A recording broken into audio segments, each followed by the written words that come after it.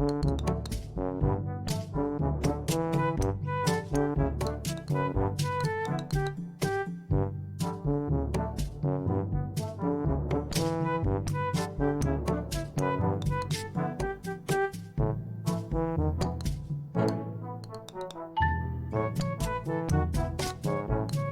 no feeling more discouraging than starting over, and that's what you're about to experience when you keep playing this game.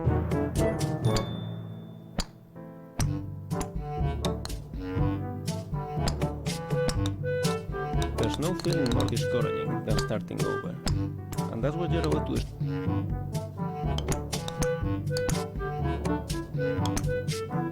experience if you keep playing this game. It's going to be deeply frustrating. You may trade some of that frustration for disappointment if you are willing to admit that the mistake was yours and only yours, but the feeling will only get more intense the longer you play. You're going to want to quit playing, and every time you don't, every time you find the strength to keep going, you will only be setting yourself up for a bigger fall.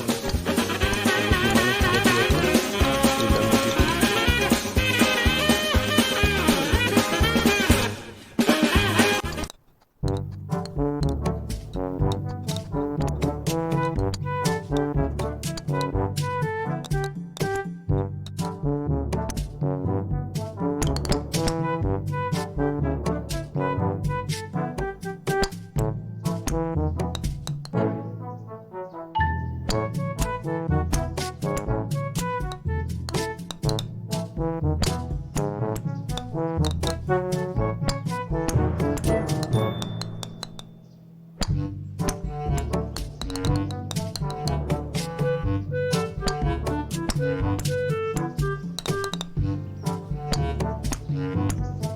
This game is a different take on a game that came out in 2017 titled Getting Over It with Bennett Foddy. The author of that game, Bennett Foddy, was an Australian designer known at the time as the father of intentionally bad controls. Weird, unresponsive, and hard to understand, intentionally bad controls are bad in the sense that they are suboptimal for the task at hand, making a challenging and infuriating experience of what otherwise could well be a walk in the park. And yet, they often make for amusing games. In Getting Over It, your task is simply to climb up a mountain, but dragging yourself with a hammer while sitting inside a cauldron. No amount of forward progress is guaranteed. Some cliffs are too sheer or too slippery, and the player is in constant danger of falling and losing everything. I watched a video of Bennett Foddy playing his own game, and it was interesting to see how erratically he approached his own challenges. He knew it was possible to overcome them, and he knew the movements he needed to execute. So he will make an attempt, but he will fail, without a clear reason why. So he will try again, exactly the same movements he attempted the first time. And he will repeat this process until, eventually, it actually worked, giving the impression that the challenge was more about perseverance and luck than precision.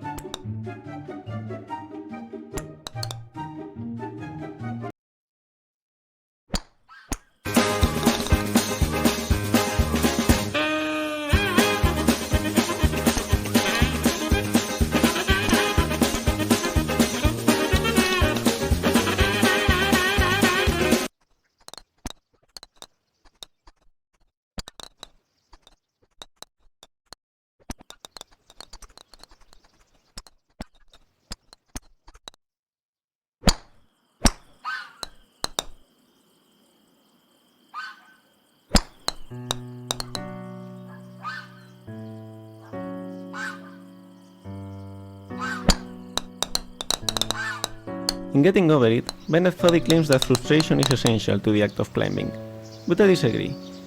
Frustration might be essential to having a real challenge, an obstacle that you are not guaranteed to be able to overcome, but the act of climbing itself can be enjoyable. Climbing and Getting Over It is not frustrating because you can easily fall down and lose all your progress, but because controlling the main character is infuriating.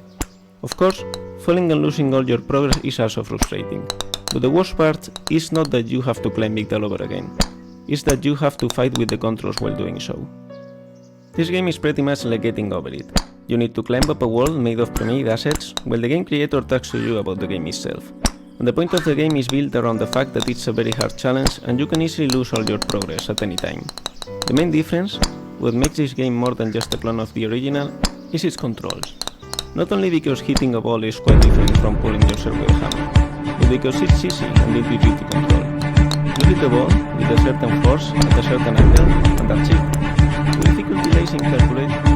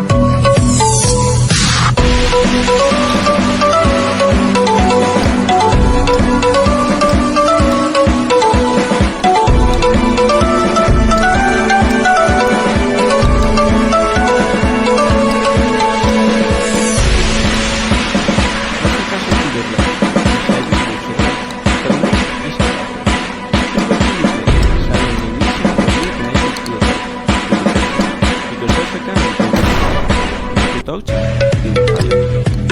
I just wanted to add a touch of interactive narrative.